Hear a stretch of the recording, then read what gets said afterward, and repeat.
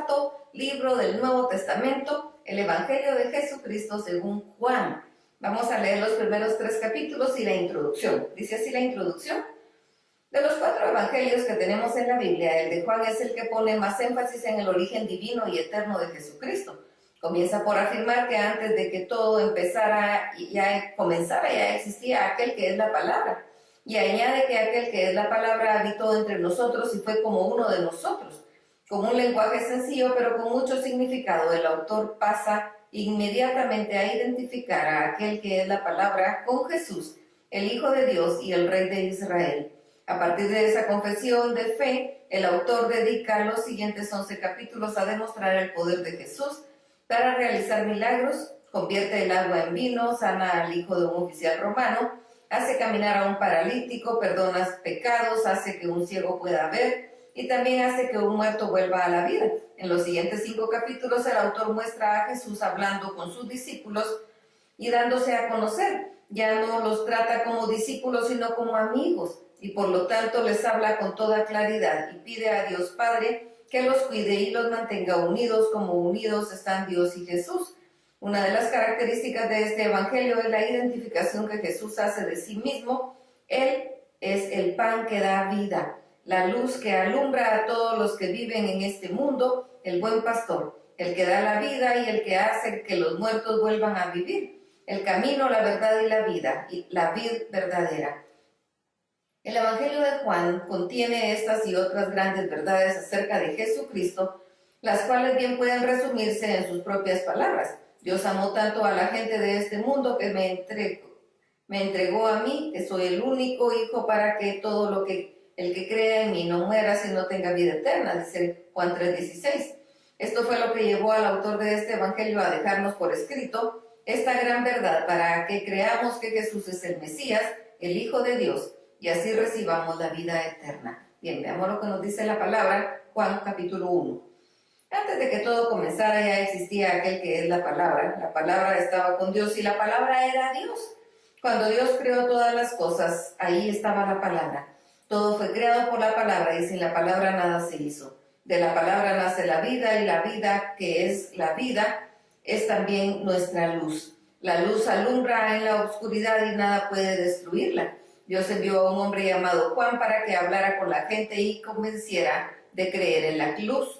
Juan no era la luz, él solo vino para mostrar quién era la luz. Y la luz verdadera pronto llegaría a este mundo. Aquel que es la palabra estaba en el mundo, Dios creó el mundo por medio de aquel que es la palabra.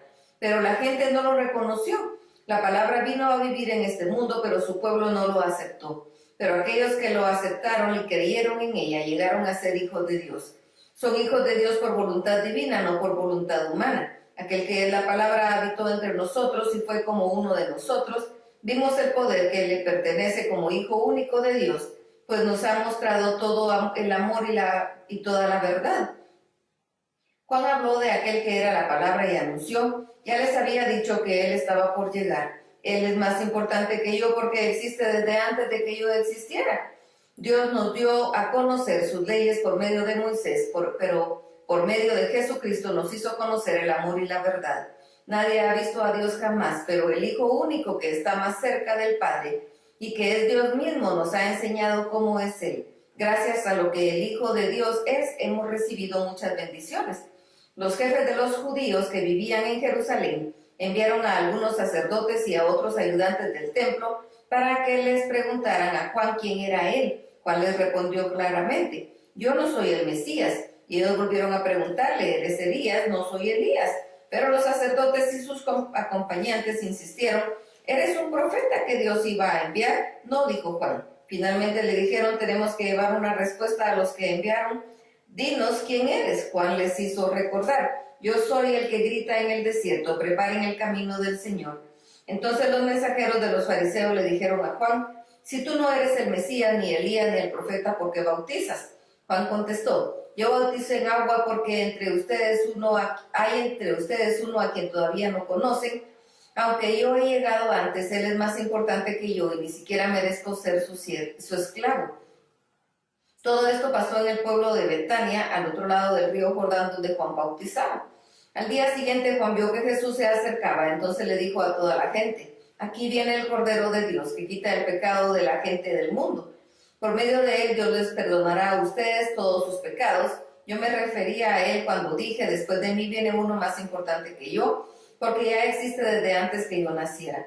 Yo no sabía quién era, pero Dios me mandó a bautizar con agua para que todos puedan conocerlo. Yo vi cuando el Espíritu de Dios bajaba del cielo en forma de paloma y se colocaba sobre él. No sabía yo quién era él, pero Dios me dijo: conocerás al que bautiza con el Espíritu Santo cuando veas que mi Espíritu baja y se coloca sobre él. Ahora lo he visto y les aseguro que él es el Hijo de Dios. Al día siguiente Juan estaba en el mismo lugar con 2 de sus discípulos, y cuando vio que Jesús pasaba por ahí les dijo: miren, aquí viene el Cordero de Dios. Al oír esto los 2 discípulos lo siguieron. Jesús se dio vuelta y al ver que lo seguían les preguntó qué querían. Ellos le preguntaron: ¿dónde vives, maestro? Síganme y lo verán, contestó Jesús. Ellos fueron y vieron dónde vivía Jesús, y como eran casi las 4 de la tarde, se quedaron con él para el resto del día. Uno de ellos era Andrés, el hermano de Simón Pedro. Lo primero que hizo Andrés fue buscar a su hermano Simón. Cuando lo encontró, le dijo: hemos encontrado al Mesías, es decir, al Cristo. Entonces Andrés llevó a Simón a donde estaba Jesús. Cuando Jesús vio a Simón, le dijo: tú eres Simón, hijo de Juan, pero ahora te vas a llamar Cefas, es decir, Pedro. Al día siguiente Jesús decidió ir a la región de Galilea. Ahí encontró a Felipe, que era de Betsaida, el pueblo donde vivía Andrés y Pedro. Jesús le dijo a Felipe: sígueme. Luego Felipe fue a buscar a Natanael y le dijo: hemos encontrado a aquel de quien Moisés escribió en la Biblia y del que también hablan los profetas. Es Jesús de Nazaret, el hijo de José. Natanael preguntó: ¿acaso puede salir algo bueno de Nazaret? Ven y lo verás, contestó Felipe. Cuando Jesús vio que Natanael se acercaba, dijo: aquí viene un verdadero israelita, un hombre realmente sincero. Natanael le preguntó: ¿cómo es que me conoces? Jesús le respondió: me fijé en ti cuando estabas bajo la higuera, antes que Felipe te llamara. Entonces Natanael respondió: maestro, tú eres el Hijo de Dios y el Rey de Israel. Jesús le dijo: ¿crees esto solo porque te dije que te vi debajo de la higuera? Pues todavía verás cosas más sorprendentes que estas. Y luego les dijo a todos: les aseguro que ustedes verán el cielo abierto y verán también a los ángeles de Dios subir y bajar sobre mí, que soy el Hijo del Hombre. Juan capítulo 2. 3 días después, María, la madre de Jesús, fue a la boda de un pueblo llamado Caná, en la región de Galilea. Jesús y sus discípulos también habían sido invitados. Durante la fiesta de bodas se acabó el vino. Entonces María le dijo a Jesús: ya no tienen vino. Y Jesús le respondió: madre, eso no es asunto nuestro, aún no ha llegado el momento de que yo les diga quién soy. Entonces María les dijo a los sirvientes: hagan todo lo que Jesús les diga. Ahí había 6 grandes tinajas para agua, de las que usan los judíos en ceremonias religiosas.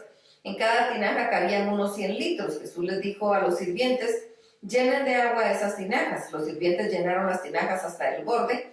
Luego Jesús les dijo: ahora saquen un poco y llévenlo al encargado de la fiesta para que lo pruebe. Así lo hicieron, y el encargado de la fiesta probó el agua que había sido convertida en vino y se sorprendió, porque no sabía de dónde había salido ese vino, pues los sirvientes sí lo sabían. Enseguida el encargado de la fiesta llamó al novio y le dijo: siempre se sirve primero el mejor vino y luego, cuando ya los invitados han bebido bastante, se sirve el vino corriente. Tú, en cambio, has dejado el mejor vino para el final. Jesús hizo esa primera señal en Caná de Galilea. Así empezó a mostrar el poder que tenía y sus discípulos creyeron en él. Después de esto, Jesús fue con su madre, sus hermanos y sus discípulos al pueblo de Capernaum. Ahí se quedaron unos días. Cuando ya estaba cerca la fiesta de los judíos, llamada la Pascua, Jesús fue a la ciudad de Jerusalén. Ahí en el templo encontró a algunos hombres vendiendo bueyes, ovejas y palomas. Otros estaban sentados en sus mesas cambiando monedas extranjeras por monedas judías. Al ver esto, Jesús tomó unas cuerdas, hizo un látigo con ellas y echó a todos fuera del templo junto con sus ovejas y bueyes. También arrojó al piso las monedas de los que cambiaban dinero y volcó sus mesas, y a los que vendían palomas les ordenó: saquen esto de aquí, la casa de Dios mi Padre no es un mercado. Al ver esto, los discípulos recordaron el pasaje de la Biblia que dice: el amor que siento por tu templo me quema como un fuego. Luego los jefes de los judíos le preguntaron a Jesús: ¿con qué autoridad haces esto? Jesús les contestó: destruyan este templo y en solo 3 días volveré a construirlo. Los jefes respondieron, para construir este templo fueron necesarios 46 años. ¿Y tú crees que lo podrás construir en 3 días? Pero Jesús estaba hablando de su propio cuerpo. Por eso cuando Jesús resucitó, los discípulos recordaron que Él había dicho esto. Entonces creyeron lo que la Biblia dice y que Jesús había dicho. Mientras Jesús estaba en la ciudad de Jerusalén durante la fiesta de la Pascua, muchos creyeron en Él porque vieron los milagros que hacía, pero Jesús no confiaba en ellos ni necesitaba que le dijeran nada de nadie porque los conocía a todos y sabía lo que pensaban. Juan capítulo 3. Una noche un fariseo llamado Nicodemo, que era líder de los judíos, fue a visitar a Jesús y le dijo: Maestro, sabemos que Dios te ha enviado a enseñarnos, pues nadie podría hacer milagros que tú haces si Dios no estuviera con él. Jesús le dijo: te aseguro que si una persona no nace de nuevo no podrá ver el reino de Dios. Nicodemo le preguntó: ¿cómo puede volver a nacer alguien que ya es viejo? ¿Acaso puede entrar otra vez en el vientre de su madre? Jesús le respondió: te aseguro que si no nace del agua y del espíritu no puede entrar en el reino de Dios. Todos nacen de padres humanos, pero los hijos de Dios nacen del espíritu. No te sorprendas si te digo que hay que nacer de nuevo. El viento sopla por donde quiere y aunque oyes su sonido, no sabes de dónde viene ni a dónde va. Así también sucede con todos los que nacen del espíritu. Nicodemo volvió a preguntarle: ¿cómo puede suceder esto? Jesús le contestó: tú eres un maestro famoso en Israel y no lo sabes. Te aseguro que nosotros sabemos lo que decimos porque lo hemos visto, pero ustedes no creen lo que les decimos. Si no me creen cuando les hablo de las cosas de este mundo, ¿cómo me creerán si les hablara de las cosas del cielo? Nadie ha subido al cielo sino solamente el que bajó de ahí, es decir, yo, el Hijo del Hombre.